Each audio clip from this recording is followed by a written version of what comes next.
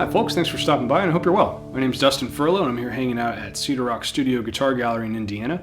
It's my great pleasure and certainly a privilege to be showing you one of the latest creations to come out of Taran Guitar's workshop in Fife, Scotland.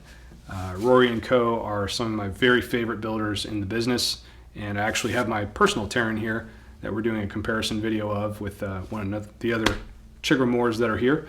And this was a surprise to me. Alan kept it a secret until I walked in. I was like, huh, what's in that nice little orange Calton there? And lo and behold, we have a Lucky Strike topped tree mahogany Taran Oreval with a Wenge neck in the flesh, in the timber, in the wood. I don't know.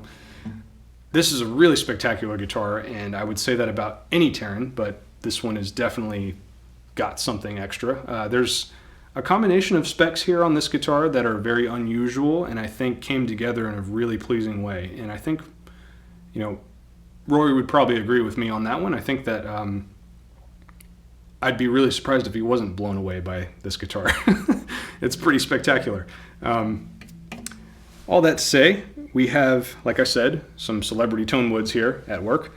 Lucky Strike Redwood, which if you've ever had your hands on this stuff and heard the tap tone, it is really crazy and deserving of its reputation. Really great stuff. It's got an African Blackwood bridge, ebony bridge pins, bone saddle. It's got beautiful Scottish burr elm that's hot sand faded to give it some nice dimension for the rosette, and paduk, or paduk, however you prefer to say it, for the bindings. Kind of gives it a nice red pop. And there's African Blackwood as well for the top purfling. It's got this beautiful Taran bevel, which is a mixture of like a Alaskan and Orion bevel. It's got that beautiful burr elm there, continued. And it's got a nice sound port, which I've said this before, but once you play a guitar with a sound port, and really if you own one with a sound port, you kind of want it on all your guitars after that because it's just really fun.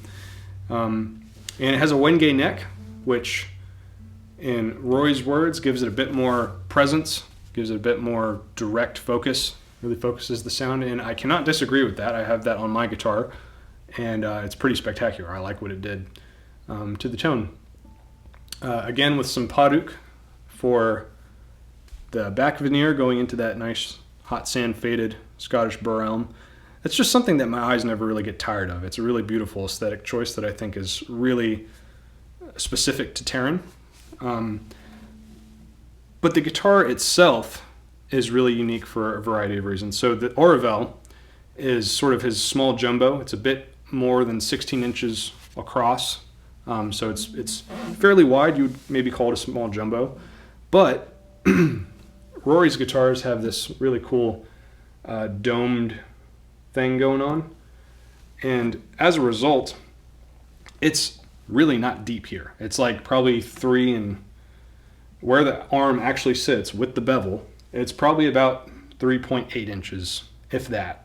I know that this is very similar to mine, and I think it's probably about 3.7 or 3.8 inches. So most OMs are about 4.25 or 4.10. This is shallower than an OM, and yet you have all this crazy volume and air and just push coming out of this guitar. That's really just astounding. At the deepest point, it looks to be about 4.6 or 4.7. So it does get pretty deep in the middle, but it's not in any way awkward to hold. It just feels very intimate. And the first time I played a Taran, I felt that. I was like, oh yeah, that works. That feels great. So, really nice. No backstrip of any sort for this wood. Why? Why would you do that? I mean, personally, I think it looks really great. Just looks really wonderful with the tree mahogany there. And the Wenge neck is a nice little contrast, I think. Just looks really cool. You're kind of used to seeing, or I'm kind of used to seeing the opposite. You know, a dark body, dark headstock, and then a light neck, so it's pretty interesting.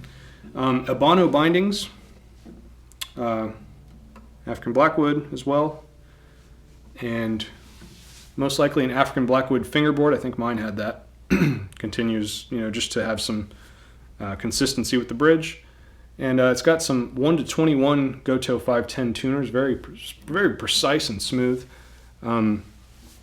The scale lengths are presumably, they're in millimeters, but I'm pretty sure they equate to 25 to 25 and 3/4, or it's 25 and 1/4 to 26.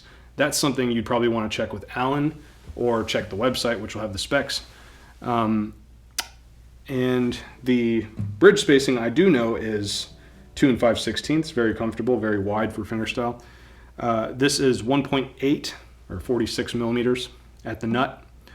So very fingerstyle friendly, lots of room there. I like that a lot. Rory's necks tend to have a negative taper. It's not anything crazy. You don't really notice it even looking at it, but it's a slim C, very comfortable. And Rory's guitars are just so perfectly like set up for serious playing. I really enjoyed every one that I've played. In fact, when he built me mine, I went to go pick it up about this time last year. It's the first guitar I've ever had built for me where I was like, I didn't have to take it to a tech after, because it's pretty normal for most builders to send out just sort of like a standard setup and then let you tweak it to your preferences, just to err on the side of caution.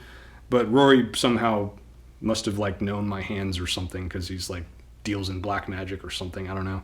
And so I didn't need a setup for that guitar, and it was pretty cool. This guitar is very nicely set up in the same manner. It's very manageable, very nice in lowered tunings, lots of clarity, and really great projection to every Taran that I've ever played personally. But yeah, if there's anything else about this guitar you'd like to know, I did skim over the fact that it's a 12 fret. That was another very interesting thing about this, is that you have this big body with a slim depth, a 12 fret joint, so the bridge is a bit more in the belly, activating like the whole soundboard. And then you have these multi-scales. So it's just this crazy culmination of things that just came together and made this really insanely good sounding guitar. Yeah. Any questions about it? Anything I didn't cover, you're welcome to email Alan at cedarrockstudio.com. He'd be glad to talk to you about it. And until then, cheers. Hope you enjoy the sound clips. Take care.